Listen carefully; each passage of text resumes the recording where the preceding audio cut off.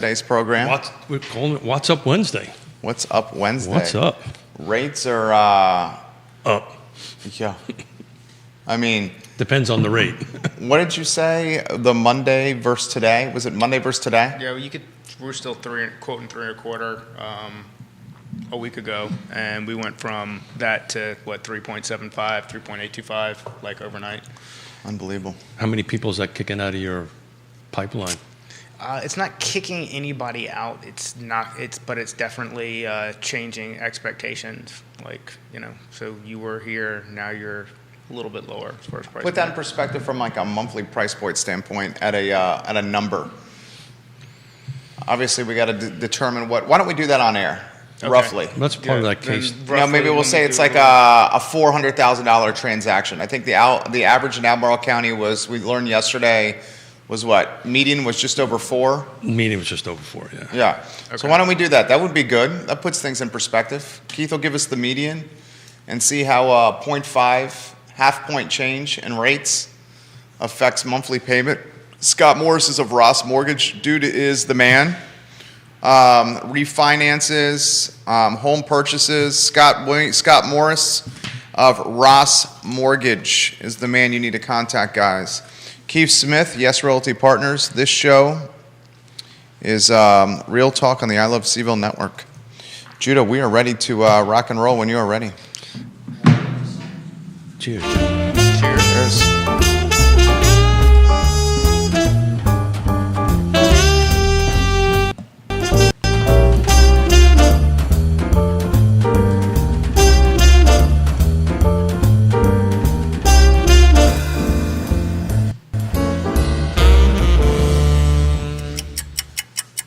Good Wednesday morning, guys. My name is Jerry Miller, and welcome to Real Talk here on a Wednesday. It looks like that snow forecast for tomorrow may be subsiding. Still, the market's red hot despite the chilly temperatures. A lot we're going to cover on a Wednesday when Scott Morris joins us live on set. Scott Morris, we love getting to know this guy of Ross Mortgage, the man you need to call when it comes to refinances or first-time purchases or move-up purchases of housing here in Virginia and in North Carolina. And in North Carolina, yeah. Happy Wednesday. If you're still thinking about that vacation home, let's go get it. There you go.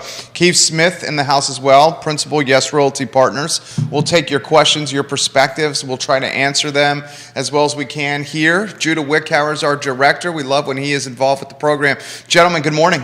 Good morning. Good morning. What's going on? How's everybody? Good, man. Just glad to see some of this snow subside, hopefully. Although I think it's going to be like freezing next week, so at least it'll look pretty for a while. I want to find the person that in December said, "Oh, wouldn't snow be pretty for Christmas?" We want to find that person. Are we over snow here? I'm over snow. Oh, I was over snow 5 seconds into it. Same with me. You're over snow? I mean, I'm really into. I thought global warming was going to turn this into like the East Coast San Diego 20 years ago. So that's why you bought property here, right? That's right. So much we're going to cover on the show. So rates are going up, no question about it. Now is the time to reach out to Scott, guys. Refi, or if you're on the fence about purchasing a home, give Keith Smith a ring at Yes Realty Partners and make the deal happen. And we'll try to put this in perspective with some numbers to make it tangible, Keith. Mm-hmm. Sure, definitely. So on yesterday's show, we were talking to the Erpies about some average list prices and so forth and so on. So in Albemarle County, for instance, just on the attached product, so the average or the median list price right now is roughly $473, $475, depending on that end of it. So median list, detached, Albemarle County, roughly $475. No, sir, attached. Okay. Attached. You don't want to know what the detached number was. That's bananas. Yeah. The detached one, the average list price, and there's 63 of them on the market at the moment. $775. Woo! That's bananas. The median detached home is $775 listed at the moment. I will tell you, out of 63, only 10 of them, roughly 12 of them, are new construction. So the balance of that is existing. So it's around 50-something homes that are existing. So the median sales price is $775. 4 bedrooms, 3.5 baths, 3,186 square feet, according to this, roughly $249 a square foot. But the median sales price is $775. But on the attached side of it, that number is $473, and 7 of the 12, by the way, are new construction.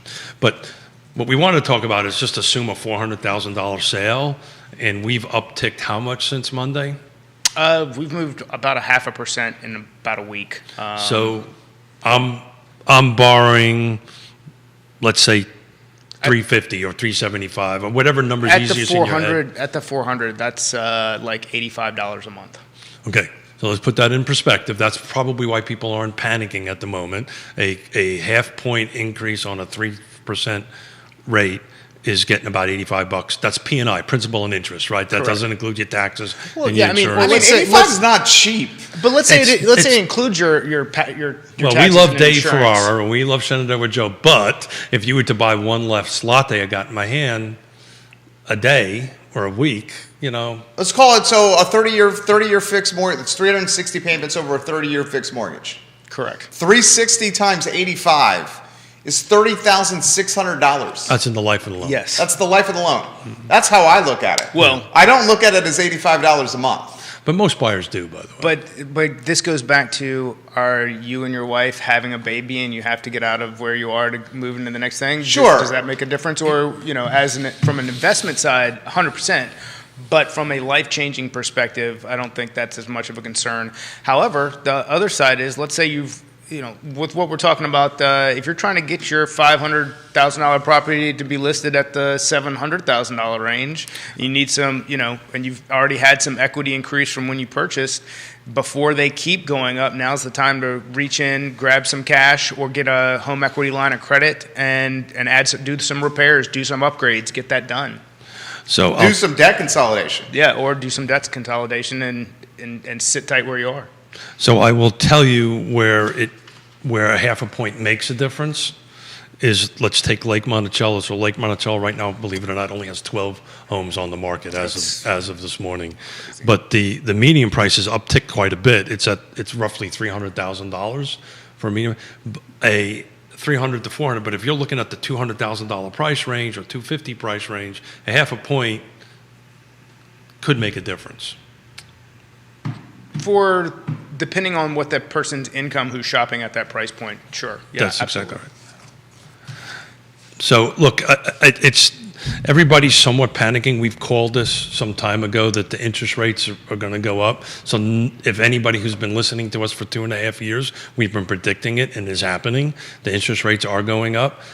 I still, my crystal ball, which we forgot to take out today, I still don't see much over 4% by the end of this year. You're the expert. You might be thinking differently. My whole take last week was inflation happened faster and went higher than was predicted, and I think rates are going to go up faster Highest and since higher 40 years. than predicted. You still believe because that? if you look at the last 30 years, a chart of what interest rates look like compared to inflation, it's a side-by-side mirror. It may be a side-by-side mirror, but we've also, if you add a third component to that, which is unemployment, usually unemployment runs concurrent with inflation and is not doing that at this point. It's actually running opposite. Let's cross our fingers that one doesn't. Yeah, thank God. Let's please, dear God, hope that's the case. Come on, let's keep. I wasn't going down that road. That's like, The man's a realist over hit by there. a bus. But sorry. Bottom line is, none of this should come as a surprise. Like we have been. I think that's the talking point I'm about trying it. to make. At the same time, we are seeing real wage growth, so that one is gonna make inflation a little stickier, and but also help overcome some of the rate increase. So let me ask you a question. How was your business in 2019? Great. And what was the interest rate in 2019? 4.5%. 4.5% to 5%. Yeah. Right. So I think we talk about this all the time. That my position on it is that this sub 3 was all of a sudden everybody thinking this was the new norm, and it's not. And we've been talking about this until we're blue in the face. So even at 4.5%, people were buying homes left and right. That situation did not change. So I think we're in a little bit of a mental adjustment period, right? But Well, it's also, and let's cut to the chase, it's also extremely media driven. I mean, we're getting so hammered. Panic, everyone, panic. I know. The media, I mean, we have CNBC on here in the studio. It's constant. We're being bombarded by it. And we just need some like deep breath perspective. and that's what we're trying to do here. So, for Right. instance, right now, today's, the average rate somewhere between 3.75 and 3.825, depending on good credit, money down, equity, that sort of thing. That was the beginning of the refi race. Yeah. In March of 2020. We're sprinting for it. Yeah, that was like, oh my gosh, let's go. And now, so yeah, part of, a lot of that was taken off the table, but the purchases are still there. And I think part of the inventory problem we are facing locally at the moment, we just went through the holidays. We just went through a snowstorm, packed by another snowstorm. It's, getting a property ready for market. We can't go into details on this stuff, but we literally, Yona and I literally put a home on the market. You know the home because it's by where we live on that end of it on Friday, had showings in the snowstorm, right? That's so crazy. Right. Had offers in, and it took us a couple of days to negotiate those offers because it was multiple offers, but we ultimately put it under contract in a snowstorm, right? I get that, but you don't think that there's people out there that, for whatever personal reasons, have been in communication with their realtors and haven't listed because they think, oh, do I really want to deal with all this right now? Well, it's not only that. It's and I've got stats and stuff to support what I'm going to say. We're not seeing this. You're not seeing it. Your phone's blowing up here pre-show on this stuff. The spring market is already sprung. I mean, there is none of this normal, okay, let's catch a breath. Let's slow down in December. Let's slow down in January. Let's get February, rocking and rolling. People in December and January are getting their homes for ready. This particular home we're talking about, the week before, we had trees all over it, right, because of the snowstorm. And because we know people, right? Can I ask what the buyer profile is? It's what you've always been predicting. It's out of the Nova area, relocating down here. The home is very set up for age in place, right? I'm trying not to. Basically, my age, guys. So it's. You're a millennial at heart. I am. It's set up for that type of thing. So typically the buyer profile would not have been a family with a bunch of kids, right? It's all one level, master bedrooms on the first floor. It's set up for age and place living on that end of it. And the neighborhood is absolutely red hot per usual, Lake Monticello. It is. So this is a question that came up yesterday. And this could be a potential sizzle reel. Because this is a question that we did not have the answer to. Emergent Financial Services, the ERPs, they help clients get into Roth IRAs. Keith Smith and Yes Realty Partners help clients get into homes, sell their homes, negotiate deals. The question that was asked by one of our viewers and listeners is Roth IRAs and how many of your clients were utilizing Roth IRAs to purchase homes and how you navigate that process of utilizing financial instruments, wealth building accounts to climb the housing totem pole. Sizzle reel right here waiting to happen. So there's a couple different options to that. One would be, are you just taking the funds out to use for down payment? The other is, are you someone who's recently retired and had a change in monthly income, annual income, but you have a significant amount of money in that IRA? Assuming that you do, we would contact your financial advisor and use something called asset depletion. So we run a regular pay schedule out of that IRA in order to use that for qualifying mortgage income so you can purchase the home based on that monthly draw we're going to take from the IRA in order for you to qualify for the mortgage. So the conversation was revolved around. I was tormenting poor Nick Erpy, who was sitting at the misfortune of sitting to the right of me, a little bit too close to me. He's watching. But the reality of it is, in today's world, the fallacy or the thinking that you need 20% down payment from your side of the house to do a deal isn't kind of the norm, right? You don't need 20% down. Sure, yeah, that's definitely still a big misconception, depending on usually from a first-time buyer, and what channel or how they get funneled in through their Google search. But the but is we on my side of the house is I'm representing Jerry, you're the other side, and we're trying to get Jerry to get that deal. And sometimes it might be better to put more cash down, right? Because it puts me in a competitive position to go ahead and win the deal, particularly if I'm competing against cash. So the question I was trying to get to, what tools do you have in your toolbox to help me to help Jerry get a house when I'm competing against cash? Is it a greater down payment? How can we utilize your toolbox to help Jerry get the deal? Does that make sense? So 100%. So one of those things depends on how soon you find me in the process. If we go through and let's say that you're self-employed and that the listing agent is aware of that and they have concerns. If I've gotten you involved with me early enough in the process that we go ahead and get you as the individual underwritten ahead of time, so let's talk about that, because let the man finish for a sizzle reel.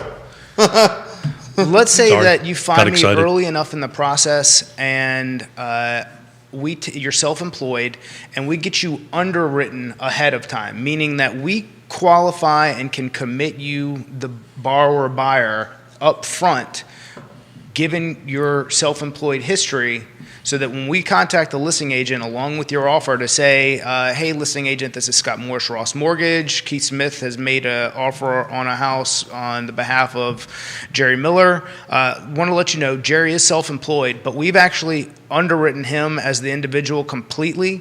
We have a loan commitment to issue you at this point. The only thing I'm missing is an appraisal and a contract. Do you think that we can put this thing together? That is going to be as competitive as we can make if we're already going to be the better offer, minus the cash. Got it. So apologize for interrupting you on your mark that one there right there, sizzle reel. So I'll try to make up for that. I didn't know that was going to be a sizzle reel. So yeah, but in any event, so that's what I want to take a deeper dive into, because this is on our side of the house, a conversation that Jerry, as our buyer, is always asking us, right? How can we win the day, right? So I actually had this conversation with some first-time buyers who, now, mind you, they've lost 2 houses, 2 consecutive weekends, and I was like, 6 months ago, a year and a half ago, I'd have been like, yeah, that is terribly disappointing. At this point, I'm like, par for the course, my friend. That's the norm. Buckle up, homie. Yeah, right. That's the norm. So, but that being said, they are deflated. Is this really what it's like? We're being told that we're being beaten by cash. What does that mean, and how do we compete against it? And that's the question I'm trying to ask you. And the answer is, we are mindful about the properties that you're buying. You keep going. Don't be demoralized by this. Just because it was the house doesn't mean it was like the house. There are more options out there. There's more coming on the market. Just buckle up, be diligent, and know that you're going in making the best offer that you can be comfortable making. Don't overextend yourself or overcommit yourself to win. So it's kind of funny how karma works. I will tell you, on a bunch of the transactions we've done last year, particularly with first-time home buyers, and they miss it, and they miss it, and they miss, not 2, they miss 3, they miss 6, They miss 10 on that stuff. And we finally get one, inevitably we end up having a conversation. You know what? I love this house more than the ones that I lost. That conversation happens more often than not. But I think what you said earlier is super important for folks that are particularly in the first time thing. Don't get my pre-qual, right? get my pre-approval, go get with your trusted advisor, get with your real estate agent. This is what we do. We sit down with them. Let's get this thing all done, all the boxes checked from a funding perspective, except for the appraisal. And if the other side, list the home and they are comfortable with the price and we do our homework on it, it should be a slam dunk. But that puts you in at least a position of strength that you can constantly win it. That's, to me, more important than a higher down payment. 100%. And also, please let me know when you're making your offer so that I can touch the listing agent. Like, that's the biggest thing. Because let's say they get 8 offers, 10 offers. I saw something, 21 offers on something recently. At what price point? That was around $350, I think. This area or up in? This was in Richmond. Got it. $350 will get you a lot in Richmond. Yeah. So the value of and surprisingly, there's still like $200,000 ish properties available. Like, that's a thing. So in Richmond. Yeah. Well, that's just because they have a hell of a lot more rooftops. Yeah. In Richmond. And when the area makes a difference too. Like, location is number one. We're not talking west end of Richmond. Correct. Yeah. We're talking, what side are you talking in Richmond? Like Petersburg. Yeah, Petersburg area. That makes sense. So you got comments coming in for you guys. Some from agents, some from folks in your space. Buster Fox, loan officer at C&F Mortgage Corporation. Buster, what's up? You know Buster? I do not. Buster was a hell of a baseball player, one of the best pool players in Charlottesville and Central Virginia, Buster Fox. He has this. I had someone with an 800 credit score, met him on Saturday. They were at Friday's rate sheet with the 3.375. On Tuesday, they were at 3.625. 10-year Treasury got knocked around. People hear about rate increase. They are still the best rates we have ever had in American history. Period. Yeah. That's a period. Yeah. No, he goes exclamation point, exclamation point, exclamation point. That mirrors what did we say last Wednesday on the show? We were talking about 3.25 as a rate, and now. But bottom line is, I keep saying this. Like, so for the refi shops and the people who all they want to do is sell rate in a constant race to the bottom. Bless you, my friend. Have fun. Like, that's fine. If you are a purchase-focused company and you are about solving people's problems, people are not making decisions based on rate. They're making them off life-changing decisions. Life-changing decisions. I very rarely will have a rate discussion. It's more about, well, what do you think my monthly payment is going to be on this end of it? And then, oh, by the way, once I factor in my utilities and all this great stuff and I'm making this amount of money, how much is it going to cost me? And, oh, by the way, what is my transportation cost? These are conversations we have with clients all the time. The greater big picture problem is the same problem that it was 4 or 5 years ago, but now we are in a much more exaggerated version of how do we fix the inventory problem with more new construction, but that ain't happening. We could all sit around and just beat this horse. No, I can't give names, but I was on the phone today with several supervisors from a couple of counties trying to do that same conversation. Hey guys, we need more inventory. But did you not find Supervisor? And we both have tremendous respect for Supervisor McKeel. Yeah. Mm-hmm. She was on Real Talk on Friday, mm-hmm. and when the inventory comment came up, which was brought up by Neil Williamson, who's pro-inventory. Mm-hmm. Her response was, do you remember her response? Oh, I had several meetings with her after that, so I don't want to jumble up meetings and all that stuff. So I'll trust on your Her response on the microphone in front of the cameras was, thank you for the comments, Neil. We still have shopping centers in the 5% developmental area that are completely vacant. Well, on Friday, the subject will come up again with Neil and Ned Galloway. So the answer that you're going to hear from the supervisors more than likely is we've got to develop what we've got first, which is not a bad idea. Because that's what their current constituents are asking them to do. Well, more than that, that's what their current comp plan says to do, right? Touche. So they need to follow that. They need to amend their comp plan before you. But I don't want to get in the weeds on all that kind of great stuff. We'll tackle that fun stuff on Friday. But the reality of it is their answer is develop more in the development area. That's great. Go ahead. But you got to approve them. Yeah. Yeah, okay. You got to approve it. So comments come in for you guys. This one from Holland. And it's Holland, as in the country Holland. Holland, as in the country Holland. Oh, I know Okay. who this is. It's Gwendolyn Gale Cassidy. Yeah. Harvard graduate, entrepreneur.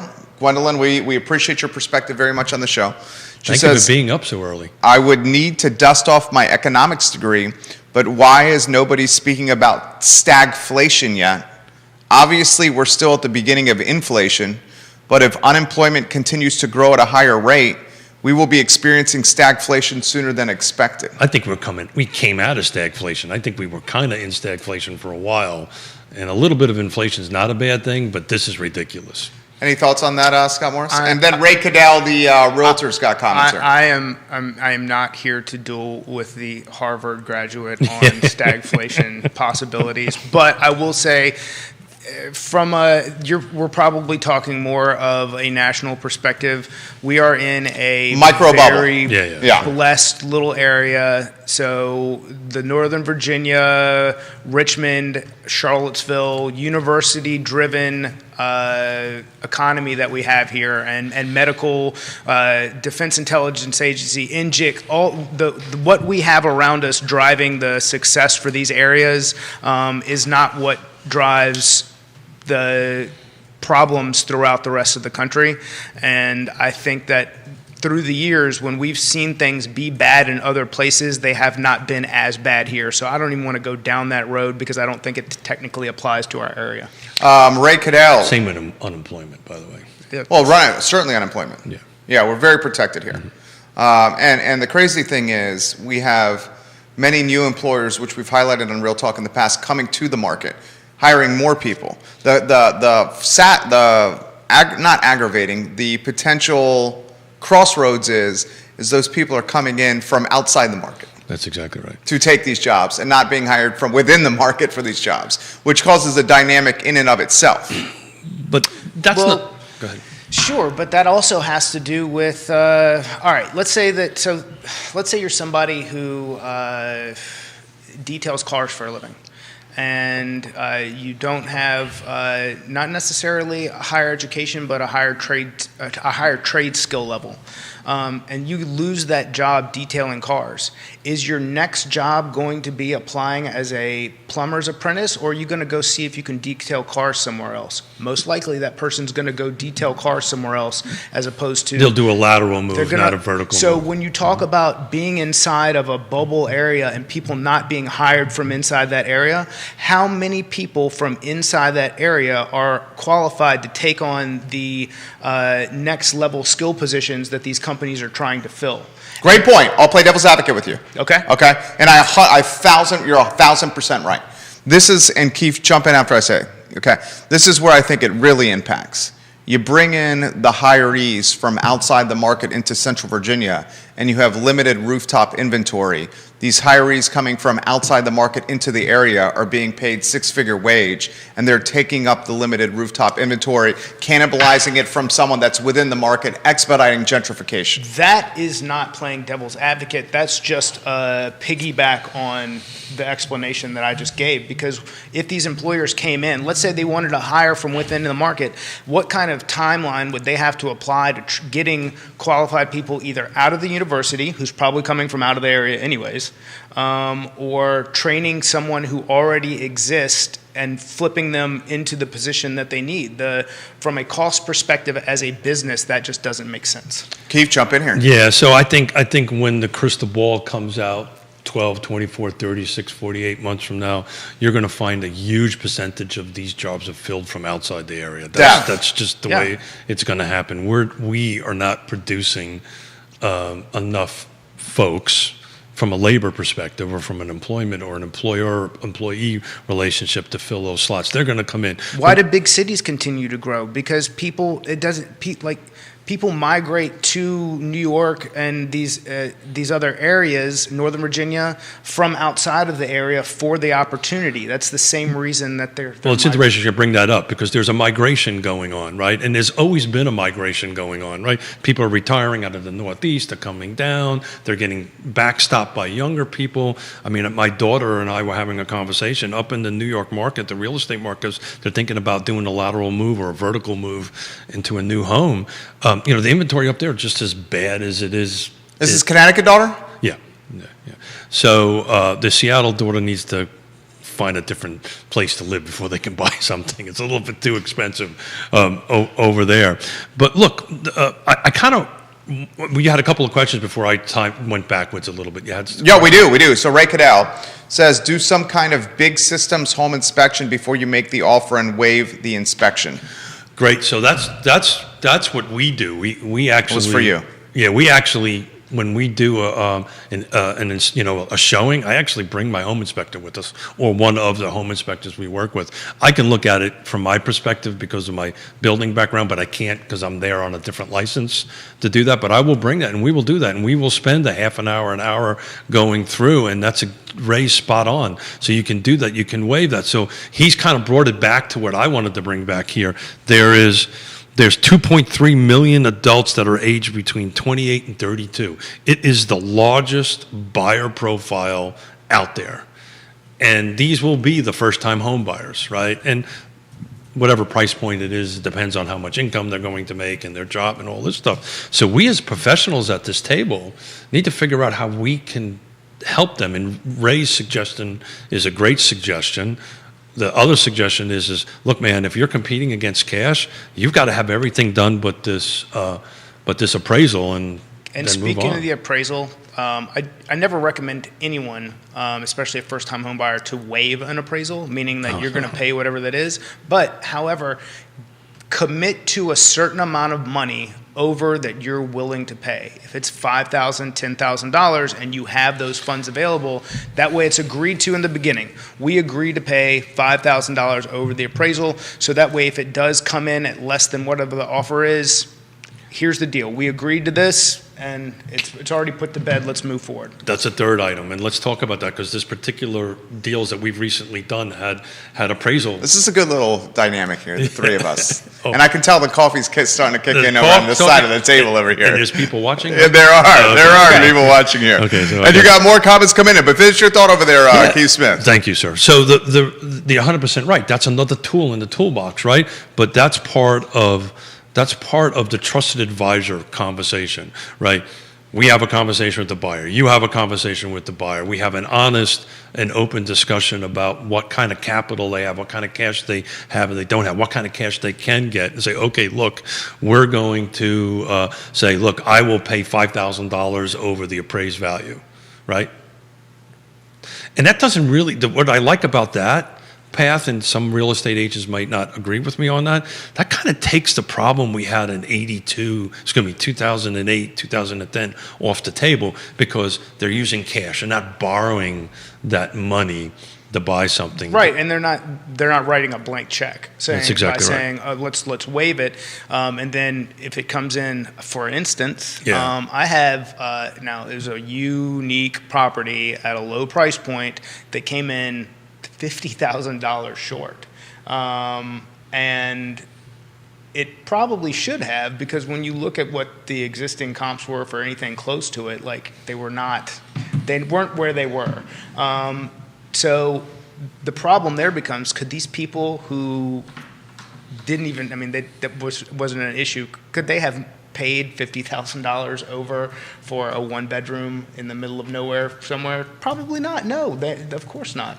But at the same time, had they had like a $2,000 or $5,000 clause in the original contract, we could have put this to bed without a lot of fuss. Yeah, because then it gets back into the negotiation end of it. That goes what we do well on our side of the table with your help is to negotiate it and kind of get it there. What kind of loan were they doing? FHA. FHA. Were they doing that renovation one? Nope.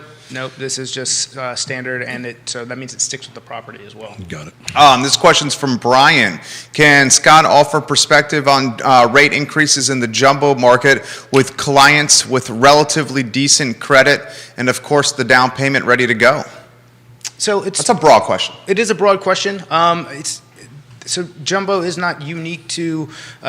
It's going to see the same types of increases. Now, if you get into and how much cash.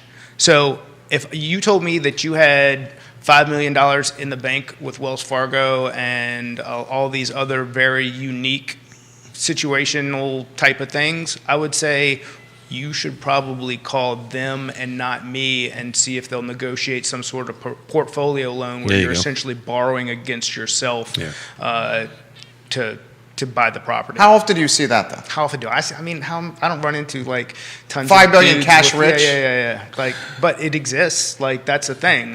So in that type of jumbo situation, but if you're just saying I've got the money for the down payment, just be as savvy as you can. But more importantly, if you're buying at that high of a price point and you're self-employed, and you're an eighth or a quarter difference between two people that you're shopping with, and you trust one of them is going to be able to get your deal done and the other is going to cause you a lot of gray hairs and sadness, go with the person that's going to get your deal done. Is there any rate split between the purchase and refi right now, or are they pretty much tracking the same?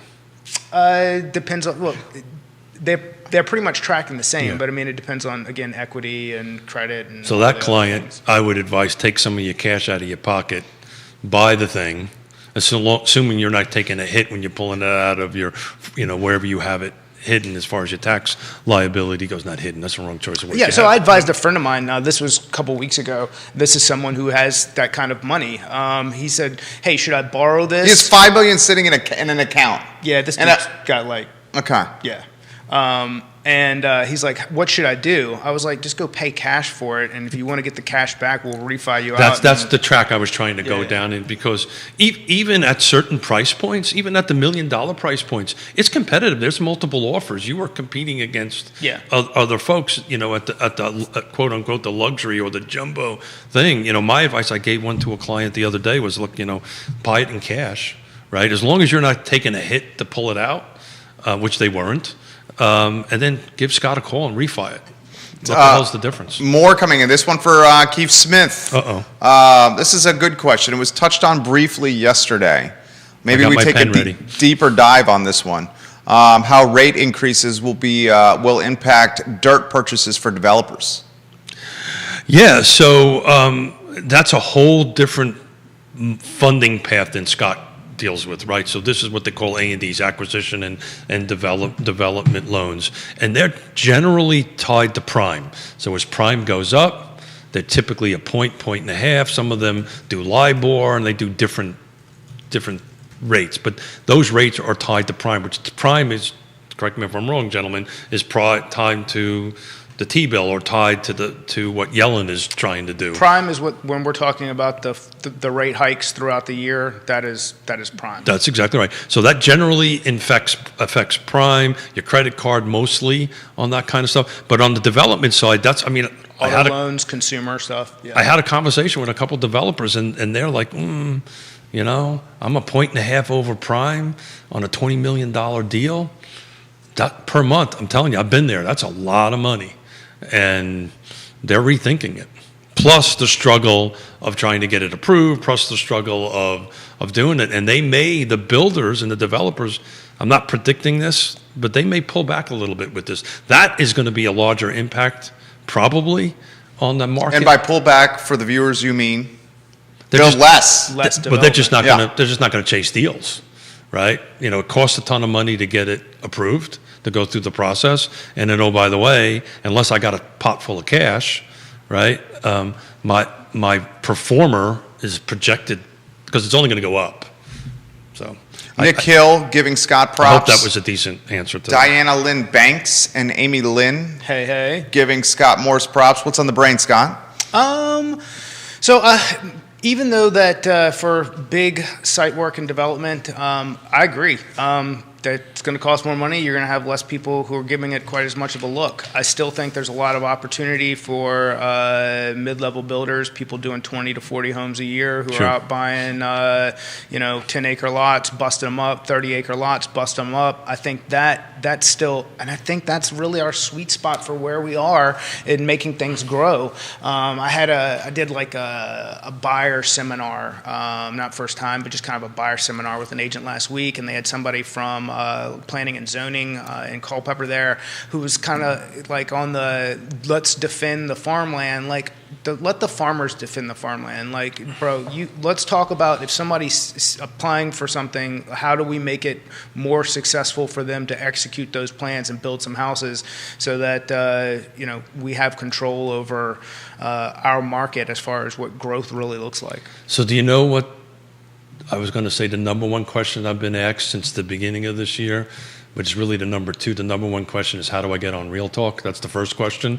And then, I was only kidding. The second question, you know what my number one question is now? I need a builder. Yeah. I need a builder. Did you notice today, many of the publicly traded builder companies are being downgraded? So you know why they're being downgraded?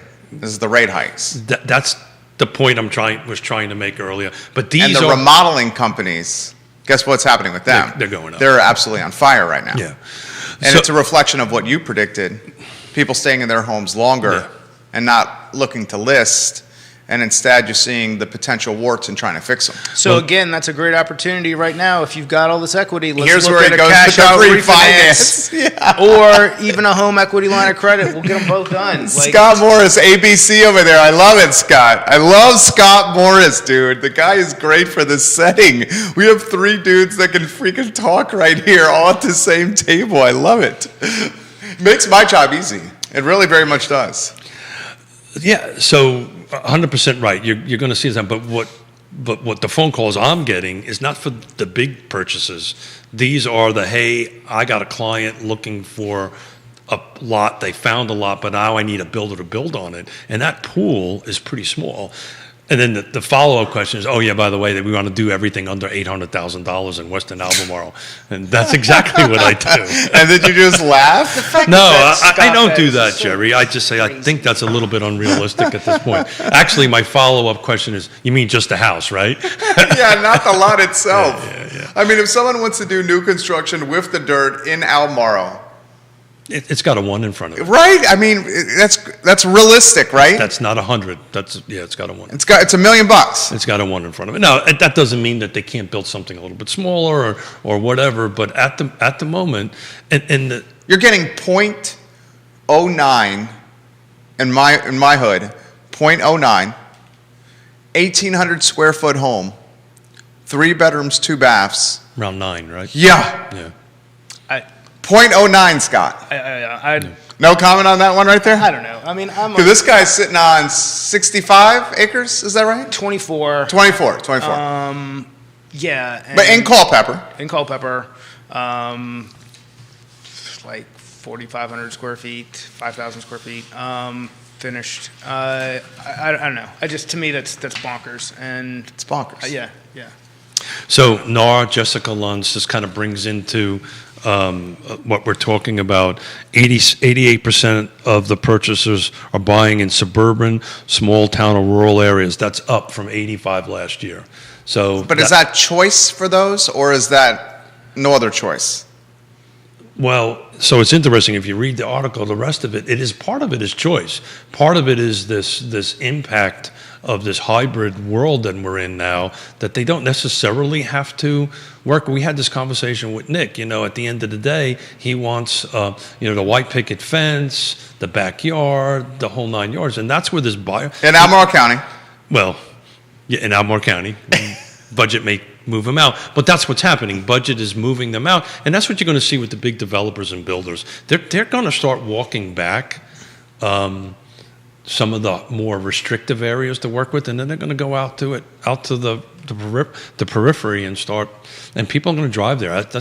I may be wrong, but that's always kind of been what's going on. Scott, your thoughts? You bullish on outer counties? Louisa, Buckingham, Madison? I've always been bullish on the outer counties. One, it's going to help the.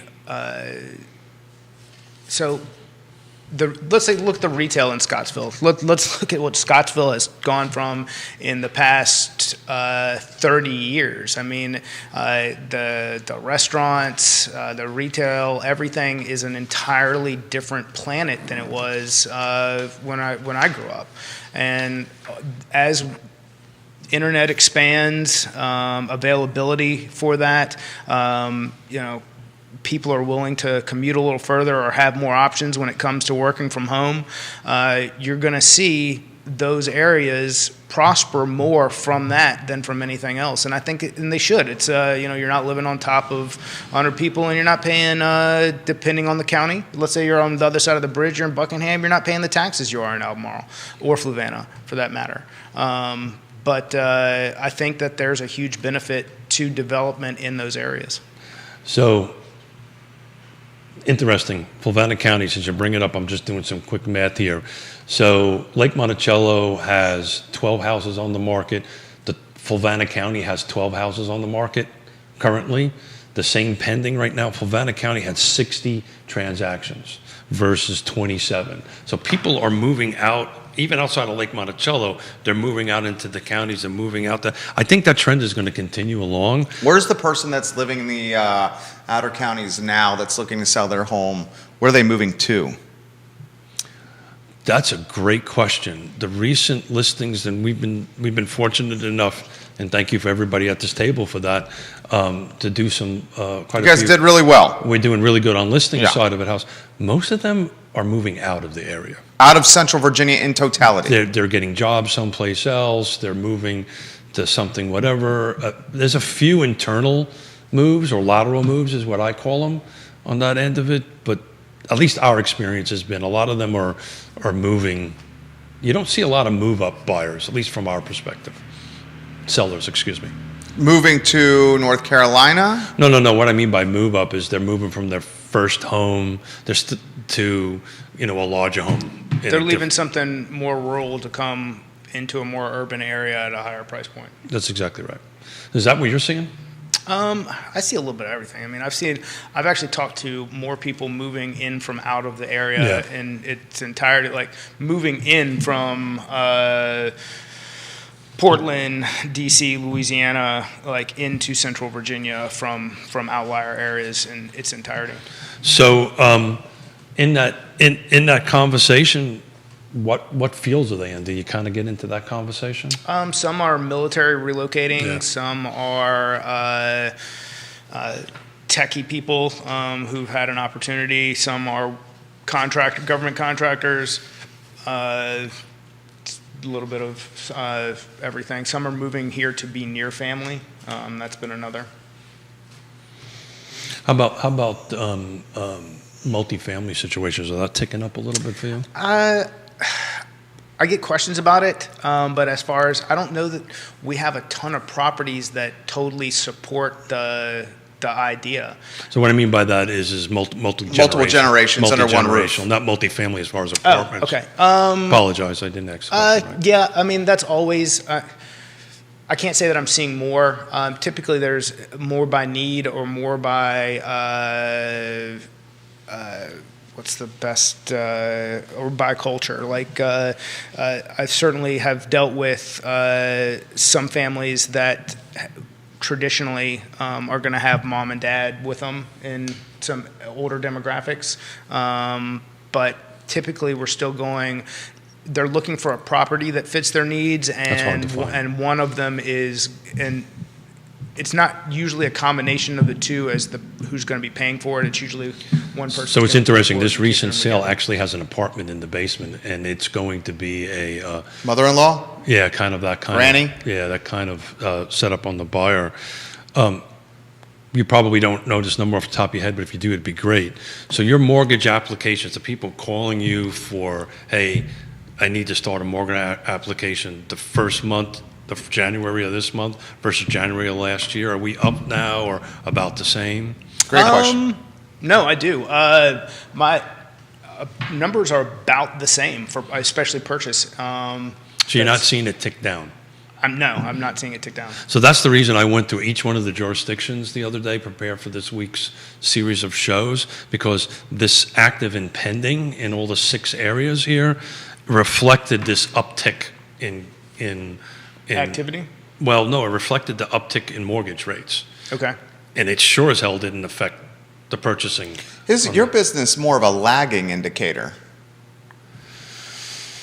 Not really. So let's say Applications is what I'm speaking we're of. talking about applications, and we're also talking about purchase, not refinance. So there are fewer refinance activity at the moment than there was last January, but at the same time, I would say I'd have to. I mean, I went through a little bit of this yesterday. We're very, very similar as far as purchase activity. Like, there's not, but we talked about this earlier. Like, the people who are doing that are not watching mortgage rates and going, God, we can't buy a house because they went up 0.25%. Like, that's not even on their radar. They might go, oh, what do you mean that I just saw that we were supposed to be at 3.25? Okay, while we're on the phone, do you have an iPhone? Okay, great. Hey, would you take the time to Google mortgage rates? Yeah, just put me on speaker, whatever you need to do. Okay, do you see the difference between where we were today versus where we were 7 days ago? That's why I'm quoting you something different than what you saw 7 days ago. Like, ask the question, what do you think mortgage rates are today? Why do you think that? Move that out of the conversation and focus on what are your real needs in making this purchase. So, Stephanie Wells Rhodes, hello, Interstate Service Company. Hello, Stephanie. Hey, Stephanie, how you doing? The reason why mortgage applications are so important to track, and that's going to be my new tracking thing on how keeping a track of what's happening with the market, is because we had the conversation we had earlier, right?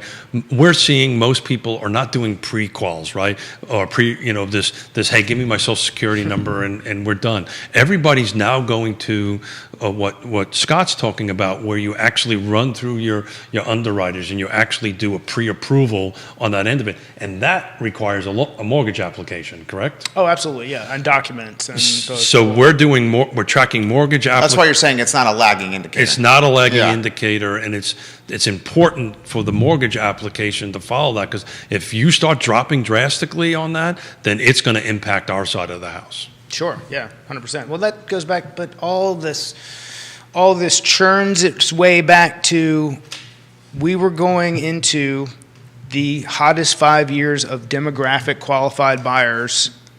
You're talking millennials. Millennials, and when you were talking earlier, we got this 3 million, whatever, how many people? 23 million. 23 million people coming to this age and demographic. Those people aren't going away. Now, do we have to get more creative, and how do we help get them qualified and put them in the best positions to be able to purchase? Absolutely. So this is a constant conversation I have with Yvonne in Houston, my daughter and my son-in-law. Right, they're in Seattle. He's wrapping up his residency. Thank you. His residency out there. Hey, Dad, we're thinking about. So they're actually trying to pick where to go in the country, and they're picking locations, and we're involved in that conversation about, well, okay. What are the options? I prefer not to say. Okay. They asked me not to. Okay. So, but in any event, part of the conversation is okay, well, if you're in this jurisdiction or you're in this state in this area, looks like your income should be this. Let's take a look at housing. Right, let's take a look at what's available on that end of it, because they don't want to repeat where they are now, where they just, even at a doctor's salary and a teacher's salary, they can't afford Seattle, right? They just can't afford it. So the point is that's part of the discussion, and we're actually having that conversation with other people who are looking to relocate into the area. On that end of it is, okay, let's have this conversation about. This is not the conversation about I want 3 bedrooms and 2 baths and a white picket fence. Let's have this conversation about our finances, right? Let's have a conversation with Scott and say, okay, what can I borrow? What can I borrow? Let's get that number and what payment you're comfortable with, and then we start looking for homes, which is a unique conversation because everybody wants to talk about bedrooms first and not, okay, let's see what we can buy. This is an interesting comment from Stephen, who watches many of our shows. He says, Keith and Scott, what are the hottest neighborhoods or zip codes you're doing business within in Central Virginia? Where's the most inventory? I'll keep that to you. Oh, great, thanks. Hey, no problem. Look, it depends on your price point, right? It depends on what you want to buy, what you want to do, and all this stuff. But I actually can run through. You guys do a ton in Lake Monticello. We do a ton all over. I mean, we do everything from Harrisonburg to Richmond. I mean, it's all over. But just in the 6 areas, Greene County is probably your best bet. It has a 1-to-1 ratio. In other words, there's 31 homes on the market and roughly 32 homes in pending. So that's a best opportunity. But if you're looking for a detached home in Western Albemarle, that's like a 6 or 7-to-1 ratio. That's going to be a hard find.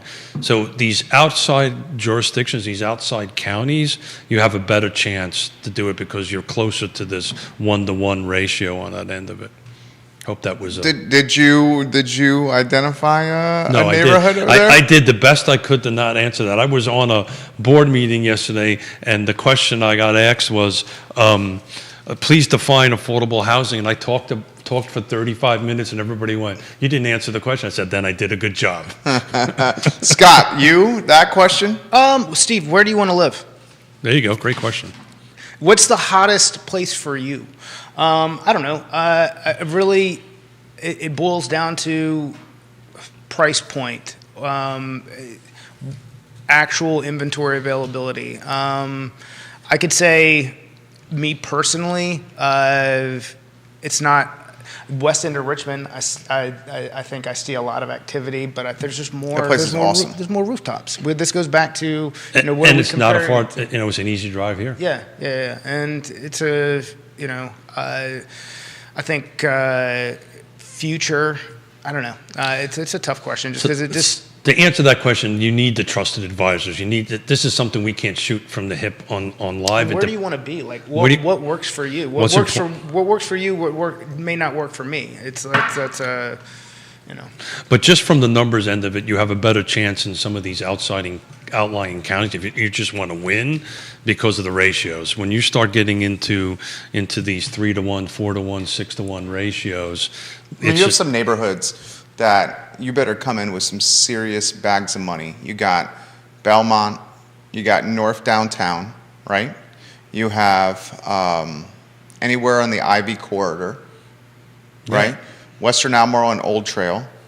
You better have some serious bags of money. Some neighborhoods in Keswick. I mean, you're talking about houses that are trading for minimum of $850 and going well north of $1 million. And then you have some neighborhoods where it's not necessarily price competitive like that, but it's buyer competitive in that you have 8, 10, 14 offers. These higher price points might not have depth in offers, but they have competitiveness in price point. And to Scott's point, it depends on what you're trying to do, right? So if I can work from home, I mean, I'm pulling up on Nelson County. Nelson County has basically a 1-to-1 ratio. You can probably pick up something between $300,000 to $400,000 on the end of it. And if you need to work from home, man, you probably never leave your house, right? Other than to go food shopping or whatever. But if I got to travel into town and I'm that detailer, right? And where am I going to live? And that's when you got to bring in the trusted advisors to do that. This is for Keith and Scott from Nicholas Irby. Hey, Nick. I think could be potentially a client for both you guys. I have a question that's a variation of Stephen's question. Stephen's question is, where are you doing business? But I'm curious if there are locations where people are asking if they can find a home. I'd like to be in Crozet, but they realize they can't afford it, so they end up in Greene. Yeah.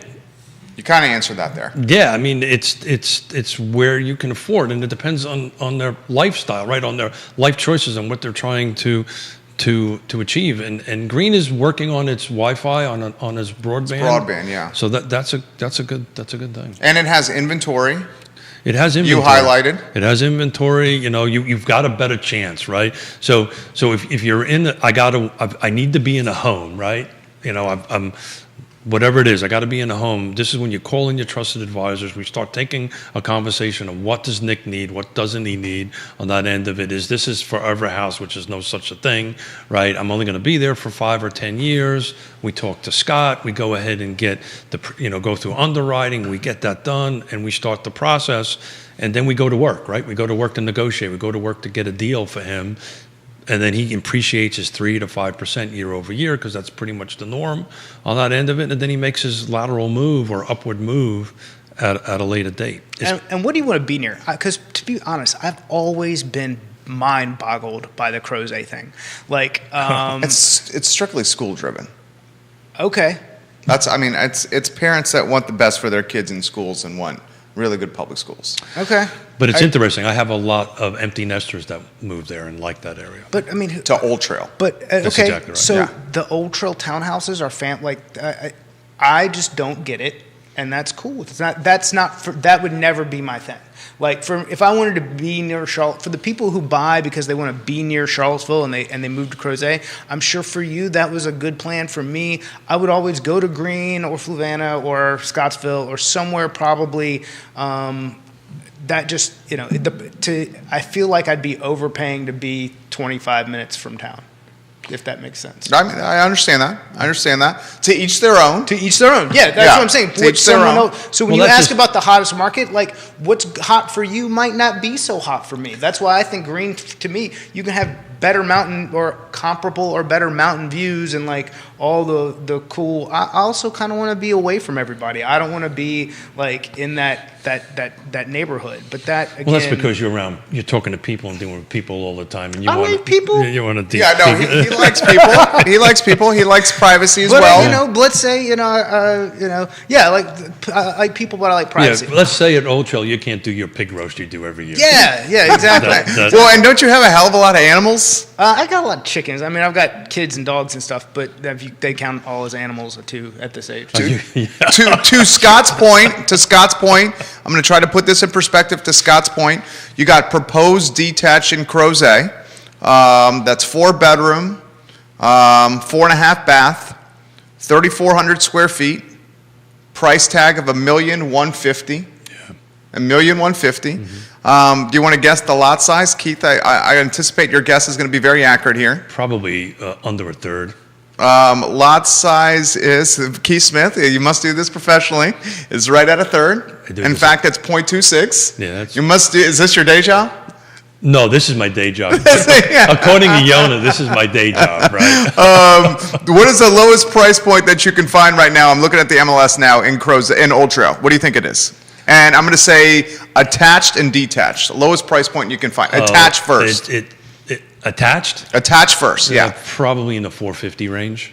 What do you think, Scott? Bro, I ain't living in a half townhouse for $450,000 in Crozet. That's just. But yeah, I would say for the sake of a talk show. For the sake of a talk show, 475 and 875 are my low. Attached, the lowest that you can find attached in Old Trail, 476. Ask right on Bing, bing. Morris's call right there. How about the lowest price point detached in Old Trail? It'll have an 8 in front of it, if Let's not see. a 9. Detached, the lowest price point in Old Trail. Right in Old Trail, we love Old Trail. Absolutely love Old Trail. The lowest detached in Old Trail right now is actually you can get something for $650, $654 right now. Yeah. Okay. We'd have to take a hard look at that.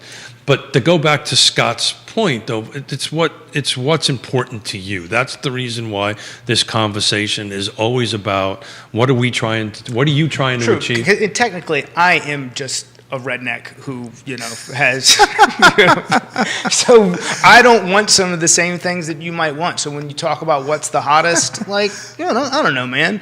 Like, I want to walk around naked outside sometimes.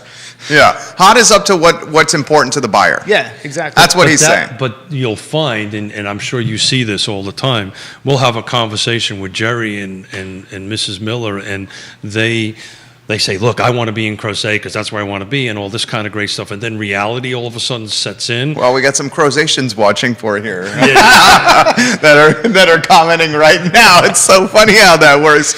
Would you like to hear some of the comments from the Crozetians? We like Crozet. We love Crozet. We love Crozet. I love Old Trail. It's a great golf course. We love I just don't want to live there. I just did a couple transactions in there. Really? Okay. Thank you for getting us into trouble, Jerry. No, this is not Jared. This is from someone who's on the Crozet Community Advisory Committee, and this is Mark McKinney. Crozet equals school, small town feel, and family-focused neighborhoods. Yeah. That's from Mark. We're getting more from Crozet. This is from Laura. Says, Crozet is all about community, and we have restaurants, Pro Renata and Star Hill now, and wait till downtown is being built. It's a beautiful community. Buster, more from Mark. We will get to that here. We're on something hot here. This is from Buster, who's in the mortgage business. This is for you guys. I know the rules on them somewhat, as in you're not taking offers, but without answering my question, how are we treating these coming soon homes? I truly feel like this is just a bargaining stage while the owner is doing staging or home repair to get it ready for sale. How many agents contact you and say, let's wrap this up, or trying to get a foot in the door before it hits the MLS? So we just continue to want to get Keith in trouble today. Is that what we want to do? He's in the mortgage business. Yeah, so... First, you should identify what coming soon is. Yeah. So coming soon is something that came down the pike from NAR, National Association of Realtors. And what that does is that gives us the ability, us meaning the listing side of the house, to go ahead and put it in coming soon. Here's the difference. It does not go out to the public. It only goes out to, when I put it in the MLS, it only goes out to other real estate agents. And to answer the question directly, the rules are you cannot show the home until it goes live. So what'll happen is we'll put it on, and he's somewhat correct. It's a great tool from a listing perspective. You can go ahead and put it out there. Real estate agents are going to see it. You can set up showings after whatever your live date is. You're required to put in the MLS when the live date's going to be. So if we're doing if we're putting in coming soon today and it's going to go live, so in other words, out to the public on Sunday, then there has to be the date in that, and you cannot show that home until after Sunday. So it's just... So to Buster's question, and I guess I'm going to piggyback a little on his, is so you're saying it can't go out to the public as far as actual showings, but what about when we're seeing these... on Zillow. Not Zillow, like Facebook, like the agents, it's not, this coming soon. So let me because the amount of information that has gone along with these coming soons has gone from like no property address, just a picture of the house, and like, hey, get ready, a couple snapshots to a virtual tour. Yeah. So here's the requirement. So that's great comments. You can put a sign in the ground. I could do Facebook, which we do, right? You can do all that kind of great stuff. But you have to put it in the MLS, and then it's not allowed to be shown. So you can do all this stuff. Hey, it's coming, so forth and so on. So you're just there. So the goal is to drive activity without actually being. But you cannot. Is anybody actually watching? Realtors? Yeah. Yeah. Why I'm do you keep asking that? I'm going to get myself because I'm going to get myself into trouble. You know they're watching this. Yeah. I mean, you got people in the mortgage business, realtors, people in the development business. You got folks that are heads of the development companies that you work with watching right now. Yeah. So because I'm going to get myself into trouble here. On a personal note. This lives in the internet forever. I know that. Okay. I know that. It was a rhetorical question. Look, I'm personally not a fan of it. The whole intention that it was created by NAR is to prevent what's called pocket listings. So doesn't it seem like it actually, like all things government driven? Well, it's not government, so it's by the association. Okay, by the association. Let's say by all things, when you put a lot of human brains together and they get to make a decision, they can make the problem that they're trying to prevent worse in doing so. Yeah. Okay. Yeah. That's what. I mean, if we're trying to prevent pocket listings, but at the same time advertising so the question you're 100 trying to times, ask me is 100x it more working? people. Yeah. And I don't know the answer to that. Okay. You would probably say, is it working? I don't know the answer to that. Okay. All right. Remember, I'm on the car board, okay, so all right. I've got to be careful. We'll go to a different topic right here. I appreciate that. I respect that. Okay, more on this. The bottom line, it is from a sales perspective, right? From a listings perspective, it could be used as a tool to get information out there. You just can't show the home Or accept an offer. Or accept an offer until it goes live. This is a great comment for both of you guys from Crozet. Mark, you are strong. Oh, look at that. I just got fired. Mark, you are strong. And I'm experiencing this firsthand. My tax assessment went up 12% year over year. And 12%, to put that in perspective, is roughly $600 every 6 months, $1,200 a year. That's a chunk of money. Yeah. $1,200 a year. Okay. Mark, his went up $500 over the course of a year. What no one else is talking about that you guys need to talk about is the county's recently released tax assessment and how that may impact people's ability to buy in Albemarle County. As an example, my single-family home property tax is now roughly $4,800 a year, about $500 more than last year. So let's talk about in the last time, and Keith can speak much more accurately and with more knowledge than I can about this, the last time that we faced these things and some of the mitigations that the counties ended up having to do, they'd brought in like private assessors to where some of these numbers were coming from. I grew up in a very rural part of Fluvanna County, and the value of that property increased 100% in 1 year. That's obscene. And then increased 50% on top of that the following year. So 150%. And because your parents had to deal with that. Yeah, and I say 24 months in like a 36-month period, because they came in and there was like a private company that did the assessment. Everybody, then a huge amount of pushback, and then another assessment that came in after that. So yeah, I think that's but if you're getting all this increase in valuation, is the government not going to step in and try to get their little piece? I mean, so we have spoken about this multiple times on Real Talk. So the real question, number one question I get between December and January on different jurisdictions is, my house really worth this amount of money? So most folks do not know this. You can contest your tax assessment.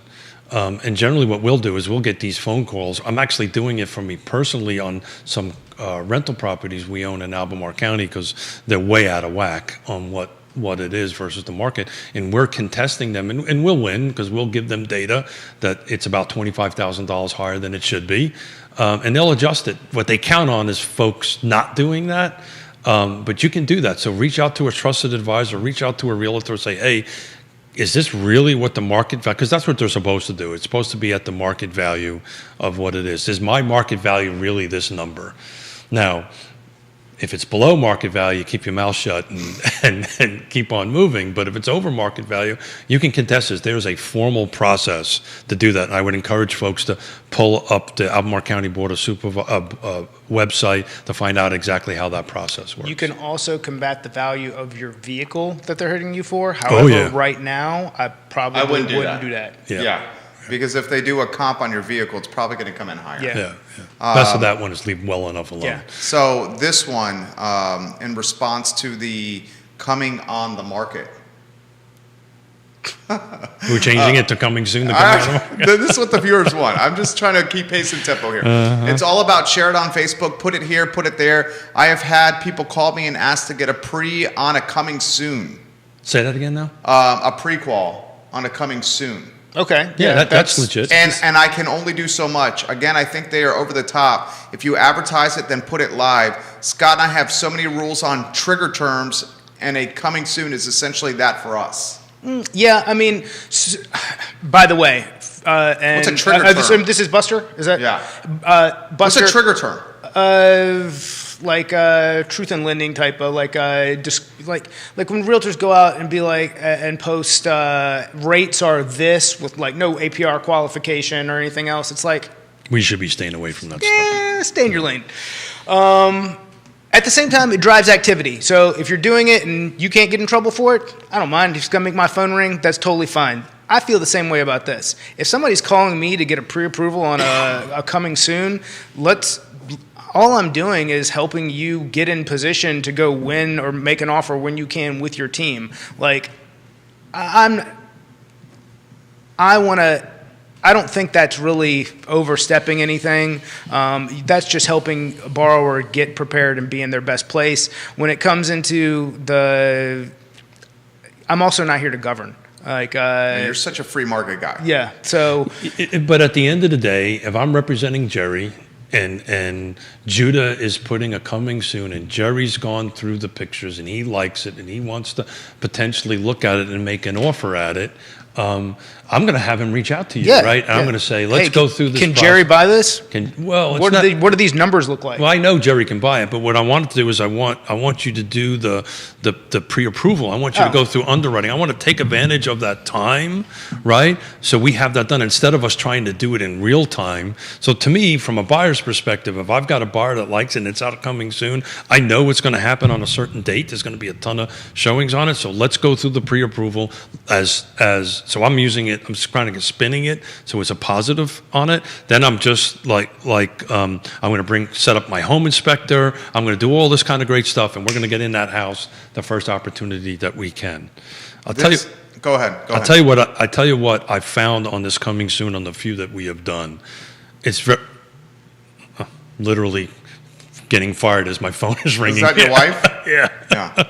What is she saying right there? Yeah, Stop. no. She's calling me, so I just shut off the hearing aids. So the She's watching you. I know that. Yeah. You got an extra bedroom? Yeah.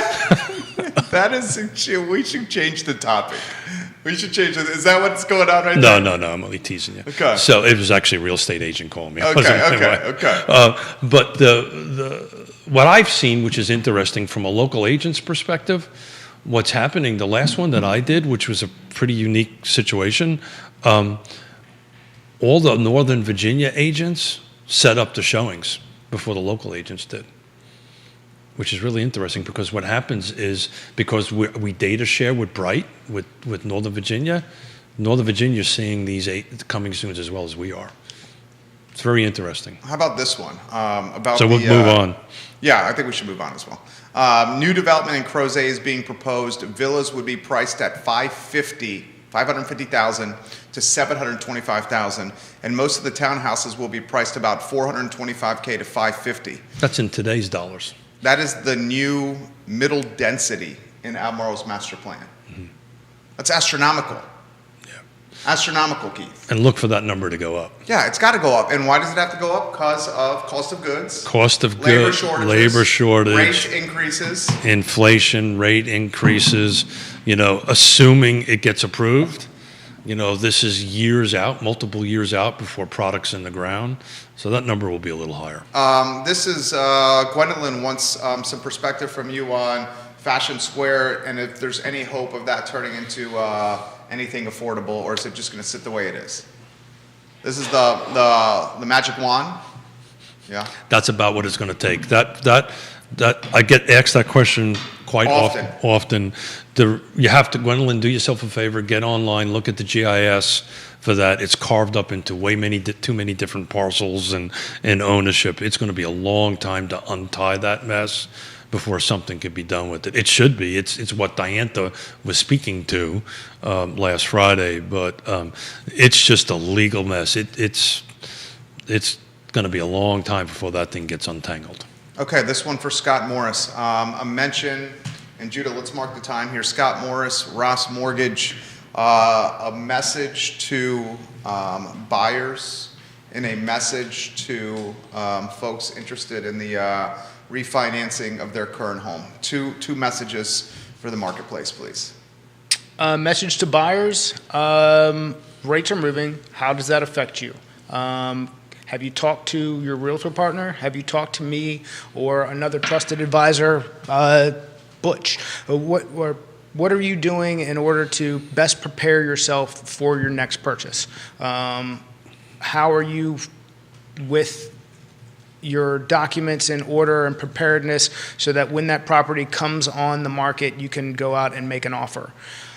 As far as your refinances go, if you've been in the house for a little while, now is the time to go in and grab that equity to make repairs, take out a home equity line of credit before things start to move.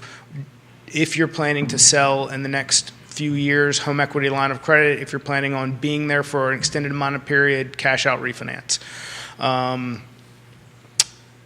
We are still at significant historical lows. So like the panic that you see on the news is not the reality of our lives. Go out, make the best decision that you can as an individual, use the people around you to do the work, and execute. Shoot, move, and communicate. Excellent. Excellent. So if I'm at 6%, which you know I am, on my current home, and I want to refinance it. Current one you reside in?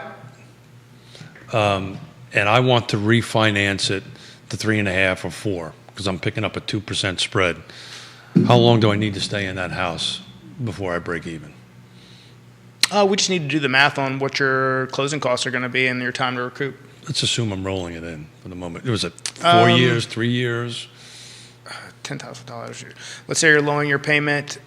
All right, let's say $10,000. You're saving $100 a month. 10 years is going to be your break even. So that's the conversation we are going to have offline because we're trying to debate, do we want to refinance, cash out because our house is 21 years old and we just put a new roof on it, but there's a bunch of things we need to do for it before we put it on the market, and we're trying to figure out the math. So and that's kind of one show we're going to save. I've got permission from Mrs. Smith to be a little bit more detailed on our personal situation, but I'd love to walk through what that looks like from our perspective, and we'll do it live. Maybe it'll help somebody.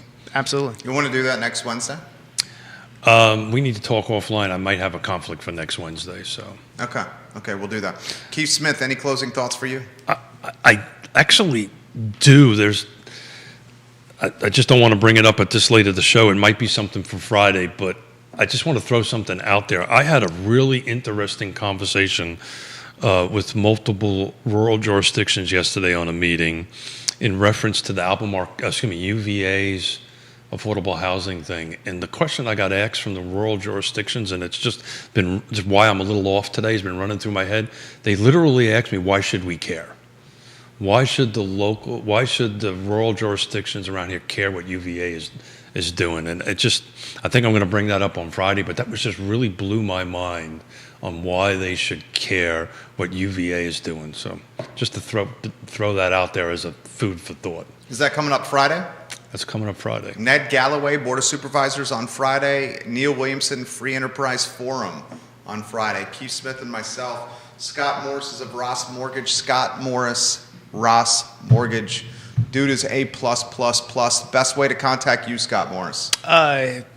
Reach out to me on Facebook and Messenger. Call me, send smoke signals, whatever you need to do. He's easy to reach. I'm easy. Google me. Yeah. Check out my reviews. Be like, wow, this guy's great. Let's work with him. And he will pick the phone Dude, up he early. picks up the phone. I've seen it firsthand. The dude lives on the phone. Do you not? You live on the phone. This is true. Yeah. Yeah. I mean, my phone is in my hands constantly. Scott may beat me. What's the time on phone? You get that each week, don't you? You get the notification from the phone? I don't. I try not to look at screen time. It's depressing. Yeah, me too. Mine is utterly depressing. It's absolutely depressing. Judah Wickhauer is our director. This show, we try to bring topics that are difficult and make them approachable for you. Real Talk with Scott Morris, Keith Smith, myself, Jerry Miller, and Judah Wickhauer. We'll see you on the I Love Seville show in T-minus 50 minutes. You guys have a good morning. Take care.